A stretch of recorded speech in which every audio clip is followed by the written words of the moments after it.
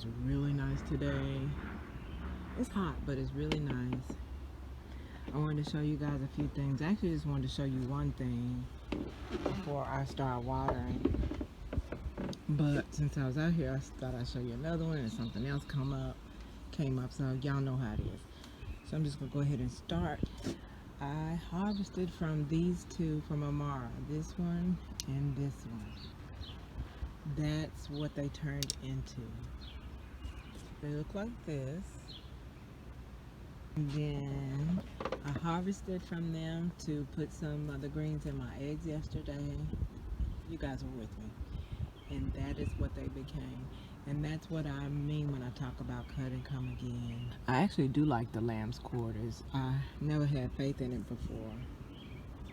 But it turns out it is not a bad tasting leaf. I heard someone describe it as nutty a while back. And it's rather nutty. It's pretty good.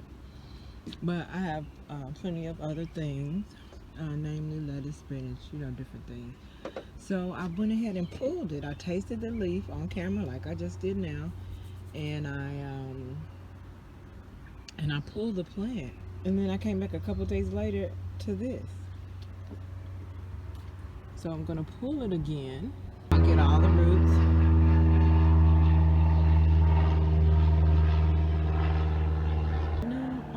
I think I'm gonna put that in a pot.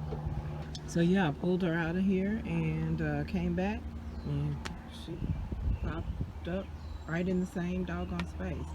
I do like knowing that the roots seem shallow. That's good to know. Good for future reference. Amara's gonna need to come up. This bed is keeping mushrooms, which is a good sign, a very viable soil. So I'm glad to see that. Because I did keep part of the old soil in that particular one. Anyway, so here's Maureen. I put another one of her over here, so she seems pretty constricted, but once that biodegradable pot degrades and the roots are able to get out, I know she'll be great. This is Kimberly's babies. These will be these kids in the back. Tip cuttings. But they're all doing real nicely. The only thing I don't like about and the taste is amazing. They taste like what I expected broccoli leaves to taste like. They have that sweetness of broccoli that I always expected greens to taste like, and they never did. But purple tree collard do. With them being delicious and prolific, my problem is the getting huge leaves. I want leaves bigger than this. Like here's some in a planter. Admittedly, this soil is raggedy, so there's that. But yeah, I have one on each side, and also this pot is too doggone small to be trying to grow true tree collards in it. I probably at best need to have one centered right smack dab in the middle. But like I said, here's Maureen. Oh, I'm glad she drew my attention over here though, because what are you doing? What's going on? Because look, she's getting sad already. It's a weed though. Now you will find that I left this leaf for them to tear up so that they would leave the other ones alone, because I knew eventually I would be harvesting that. And these are those cut and come agains that I was telling you about that grow stronger as you harvest more. So I intended to do that. I'm looking at this purslane here growing in random spots in this bed, and I don't mind them so much because the roots aren't super deep.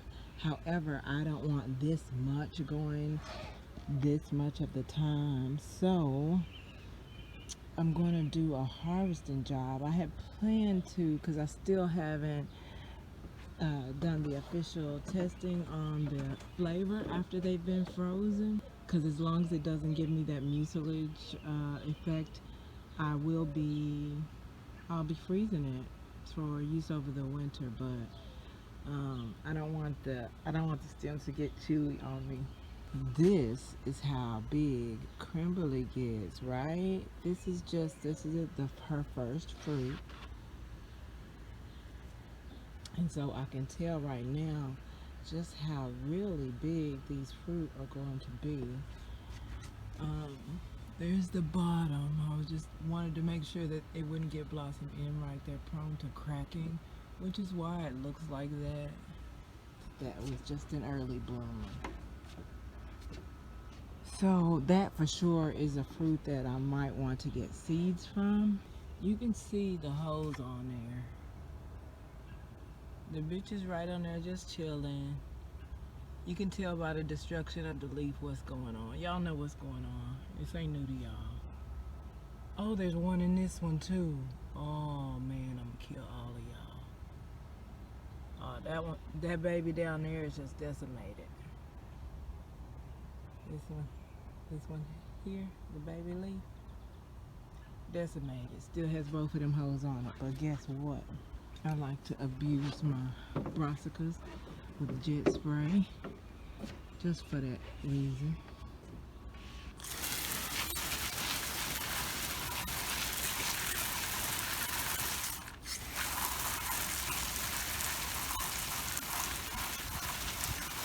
You ain't.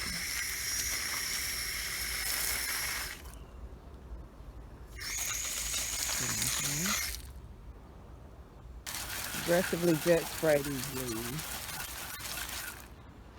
And I do the same with all my collards. It gets easier as the collards get taller, because then I can jet spray them above all these other plants that I don't want to get so aggressively sprayed. They can't take it as much. Mr. spilled some toilet cleaner on his rug, so we're letting it dry out right quick. I hope the sun doesn't make my dress see-through, because I'm going out in it.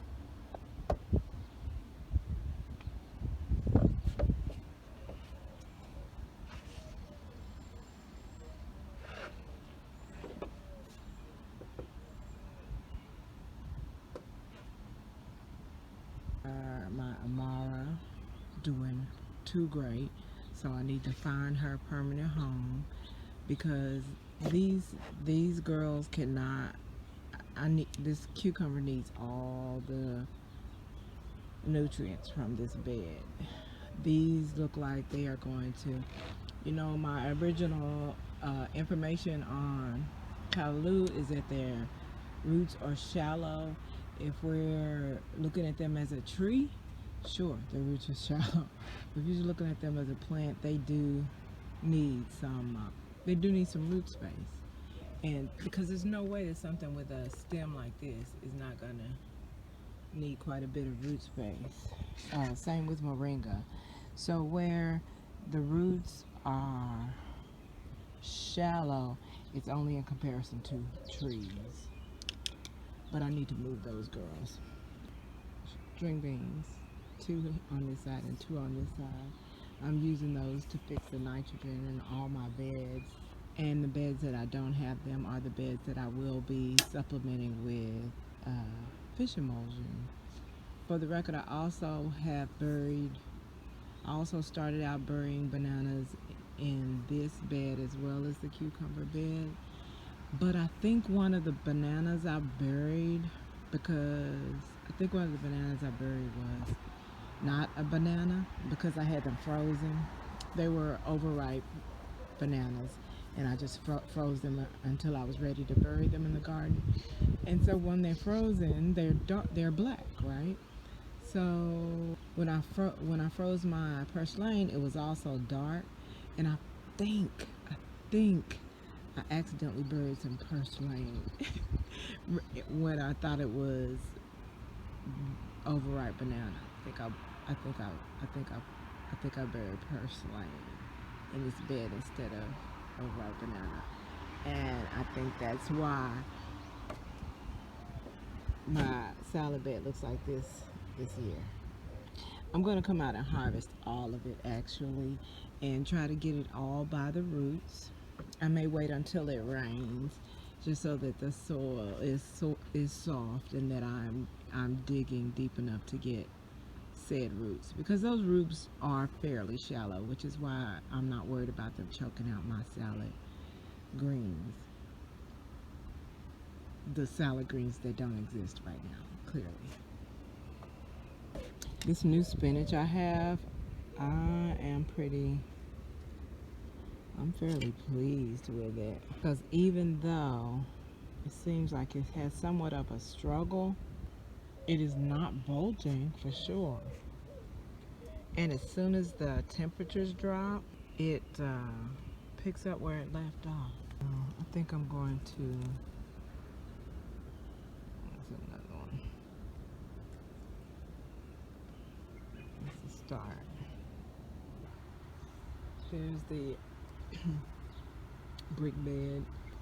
It's not popping, but I'm looking forward to what it'll look like in a couple of weeks. This side bed is still looking like. Okay.